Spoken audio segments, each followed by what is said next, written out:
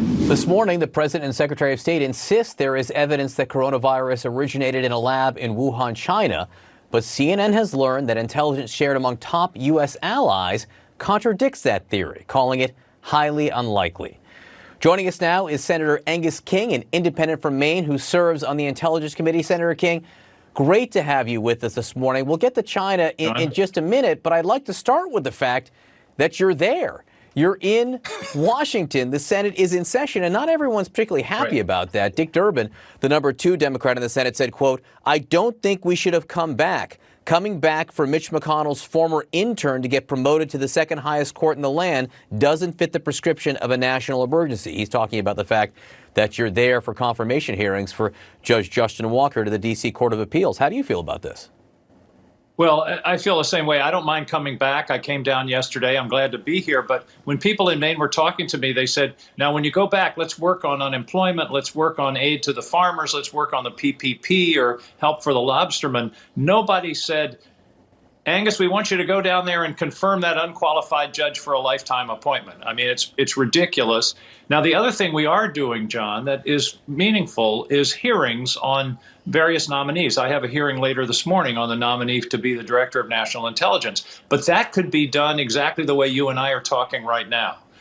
We could ask questions, we could listen, and there's no reason to bring in. Remember, you bring in 100 senators, you're also bringing in lots and lots, several thousand staff people, Capitol Police, all the people that are based upon this operation here. And my point is, sure, let's do it if we're working on coronavirus, but we shouldn't be doing it for extraneous reasons, and we could do these hearings remotely. Now, even if you are having hearings on coronavirus, the White House now says you can't have members of the task force unless the White House Chief of Staff approves that. You can't have Dr. Anthony Fauci. You can't have Deborah Birx unless they say it's okay. What's your response to that? Well, that's really disturbing because when you add it, John, to the fact that when the president signed the big COVID-3 bill, he X'd out the part where he had accountability, where the inspector general could report to the Congress. He said, I'm not going to abide by that. He then removed the chief inspector general at the Pentagon, who was going to be in charge of oversight of this huge expenditure of money. And now he's saying nobody's going to come to Capitol Hill. That's just wrong. We talk about congressmen and senators. We're representing the American public. We're the eyes and ears of the American public. And we just spent $2 trillion of the taxpayers' money. And to say, sorry, you can't check on what we're doing, how we're doing it, what's going on, what the response is just, it's insulting to the American people. And it's damaging because we just have to know these things. So it's all a pattern of stonewalling the Congress and thereby stonewalling the American people. That's the way it should be framed, I believe. So we did mention that President Trump and Secretary of State Mike Pompeo both claim that they have seen evidence that the coronavirus somehow originated as part of a lab accident in Wuhan, China. Now, U.S. allies, the so-called Five Eyes, including Australia, their leaders say, no, that's not the evidence we've seen. The evidence that we have seen points this to animal-to-human transmission. Now, I know you can't tell us, as part of the Intelligence Committee, exactly what you've been briefed on, but what should we believe?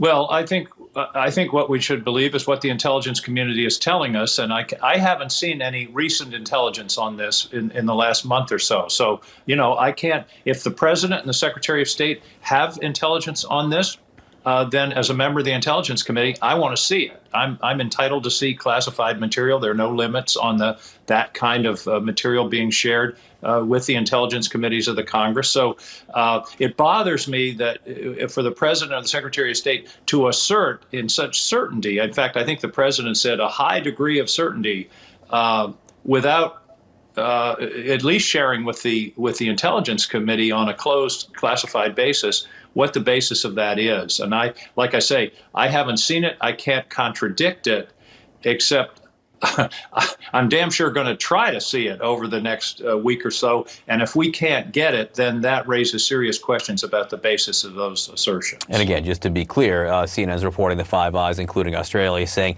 the evidence that they have seen points to something else, from animal to human transmission. You mentioned briefly about the inspectors general and your concern about how the president has been replacing them. Why does that concern you? The intelligence inspector general we saw now with HHS. What is of concern there? Well, there are two concerns. One is that you're not respecting information. You don't want, the indication is, don't tell me something I don't want to hear, which is dangerous for anybody in a leadership position, particularly for the president of the United States. You want all the information you can get. You don't want it cooked for your benefit. Lincoln said, "Your critic is your best friend." And I don't think this president understands that or believes that, because anytime somebody says something critical, he tries to silence them. The second problem, John, is probably more serious, and that is the chilling effect that goes out through the federal government, which says, don't say anything that isn't cleared by the White House, or you could lose your job, or you could be replaced, or you could be demoted. The whole principle of whistleblowers and inspectors general is really important to the functioning of the government in response. Remember, it's the government of the people. It's not the government of the president. It's the government of the people, and it's, if you're not responsive to the people, if you don't know what's going on and you're stifling people, that's not good for anybody. If I can ask you to put your Maine hat on for 1 second, and people should know you never take that hat off, so just keep the Maine hat on for a second. My kids go to summer camp in Maine. Do you think it's safe for them to go to camp there? What are your concerns about the huge tourist industry up there? Well, I'm very concerned about it. Maine is really in one of the most vulnerable positions in the country in terms of the economic effect because of the huge tourism industry that we have. We have millions of people that come to Maine in the summer. It's one of the most beautiful places, as you know, in the country. Fantastic, and summer camp is part of it, but just people visiting. It's a very tough problem. Our governor is trying her best to navigate this, to respect the economy. That's what everybody wants, the economy open, but also to respect health and safety. John, the scandal here is the lack of testing.